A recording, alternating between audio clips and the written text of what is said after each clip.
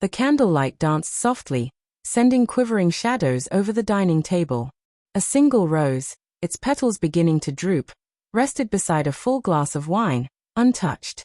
I sat in silence, the ticking clock carving through the quiet like a blade. Each passing second only emphasized the fact. She was late. Again.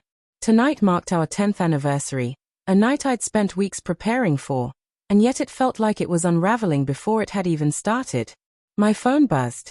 A message from Claire lit up the screen. Asterisk still at work. Be home soon. Asterisk the words were ordinary, but they rang hollow. Like something written by someone already emotionally gone. Claire and I had known each other for 12 years, fallen in love 11 years ago, and had been married for a decade. She was the woman who giggled at my worst jokes, who wept during storms because they reminded her of her childhood fears, who had sworn forever beneath a sky full of stars. But lately, forever felt more like an expired promise. There had been signs, late nights at the office, her reluctance to talk about her day, her subtle glances away when I asked even simple questions. They were stacking up like bricks between us. But tonight, I had meant to tear those bricks down. I cooked her favorite dinner, lit candles, even bought a necklace of sapphires, the perfect match to the earrings I'd given her on our first anniversary. And still, as the clock struck 9, all I felt was dread creeping in like smoke under the door. I poured myself a glass of whiskey, the burn of it dulling the ache I couldn't seem to shake. The house suddenly felt cavernous. Empty in the worst kind of way. Wandering into the living room, I stopped in front of our wedding portrait.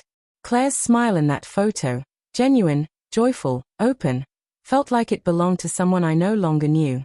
Without even thinking, I reached for my phone and opened the location sharing app we'd installed years ago. Back then, it was just a fun precaution, something to help us find each other in airports or at concerts. Her location lit up. Not her office. A hotel downtown. I stared at the screen, willing the dot to move, to shift back to something that made sense. It didn't. The drive to the hotel passed in a haze of red lights and rising panic. I made excuses in my mind. Maybe a work event. Maybe a client dinner she forgot to mention.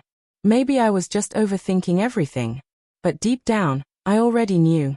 The hotel was sleek, elegant, polished floors, soft music, and far too calm compared to the storm inside me. I told the woman at the front desk that I was surprising my wife and asked where the bar was. She directed me to the 15th floor. Every step up the stairs felt like walking toward something I wasn't ready to see. And then I did. She was there. Claire. In the same red dress she'd worn on our 5th anniversary. Her hair falling in soft waves, her smile bright. But not for me. She leaned in toward a man I didn't recognize, older, sharply dressed, confident in a way that made my stomach turn. They talked easily. Too easily. She laughed at something he said, her hand brushing his. That laugh crushed me. I could have marched over, could have demanded answers, shouted the pain clawing at my throat. But I didn't. Some part of me still hoped I was wrong. I slid into a nearby booth, partially hidden, and watched. Their connection was undeniable. Familiar. Comfortable. When he slid a keycard across the table, she hesitated, but only for a moment, before taking it. That tiny pause cut deeper than anything else. She didn't say no. I don't recall how I left the bar or got back to my car. Only that I was gripping the steering wheel, breath shallow, vision blurred with tears I hadn't realized were falling. My phone vibrated again. Another message. Asterisk almost done. Be home in an hour. Asterisk. The lie was so smooth, so practiced. I didn't even feel the burn of betrayal anymore, just a cold, sinking weight. I drove home in silence, the city lights smeared across the windshield. By the time I parked in front of our house, I had made up my mind. I wouldn't confront her. Not yet. She needed to sit with what she'd done, to feel the weight of the choices she was making. When she came through the door at 10:47 p.m., I was already seated at the dining table, the candles now half melted, the food untouched and cold. She stopped in the doorway, startled, purse slipping a little in her hand. "Oh, Michael," she said, her voice strained with guilt. "I'm so sorry. Work was a mess." I smiled. Forced it. Each word was a shard of glass. "No problem. You made it. That's what matters." I stood and pulled out her chair. Sit. I made your favorite. She glanced at the table, then at me, her expression searching. Maybe for signs that I knew. I kept my tone even, my face unreadable. You look stunning, I said. Isn't that the dress from our 5th anniversary? She nodded, smiling faintly. Yeah.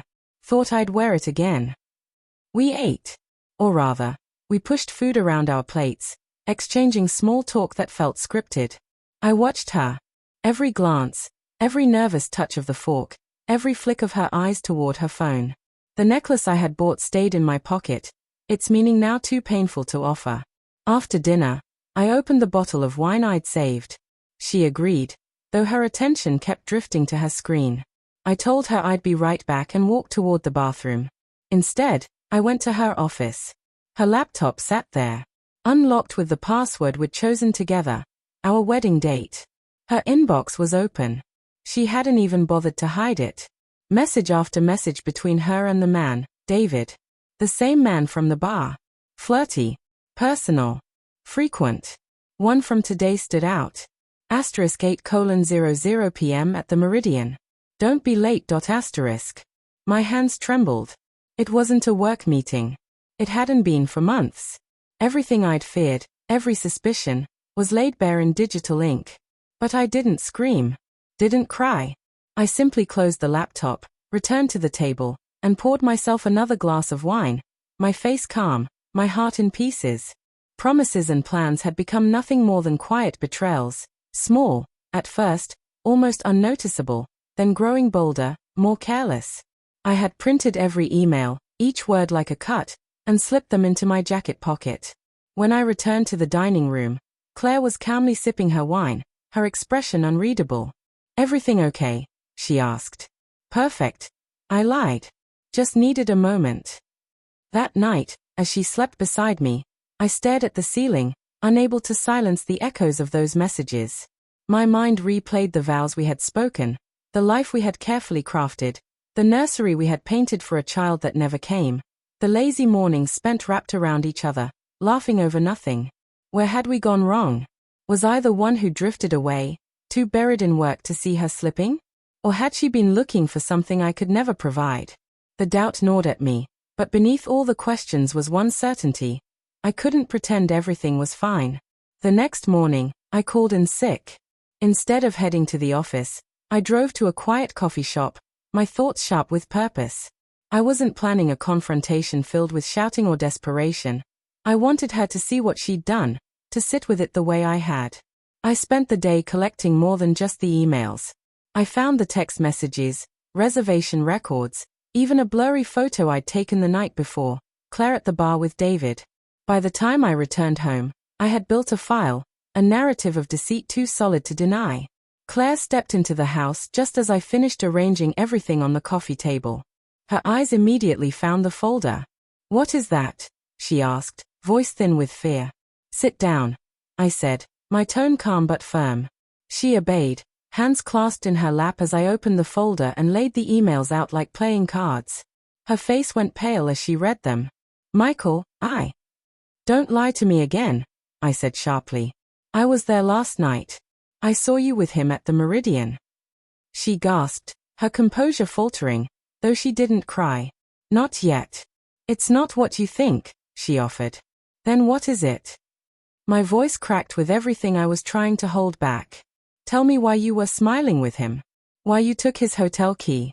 Why you've been hiding this for months." She looked away, her silence more damning than any admission. Finally, she whispered, "David, he's a client. It started as work, but then it changed. I didn't mean for it to." "You didn't mean for it to?"